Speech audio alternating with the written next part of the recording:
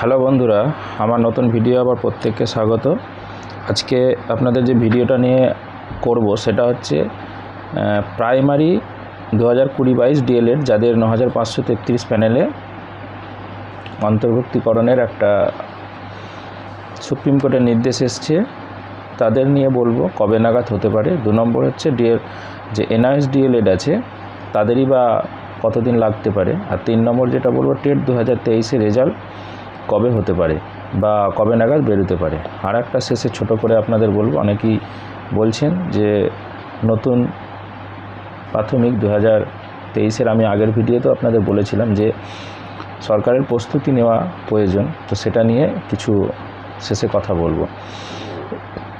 Video শুরু করার আগে প্রত্যেককে একটা রিকোয়েস্ট, যারা নতুন আছেন অবশ্যই চ্যানেলটা সাবস্ক্রাইব করে রাখবেন, বেল আইকনটা অন করে রাখবেন। প্রথম যেটা বলেছিলাম সেটা হচ্ছে প্রাইমারি 2020-22 ডিএলএডদের ব্যাচের নিয়োগ কবে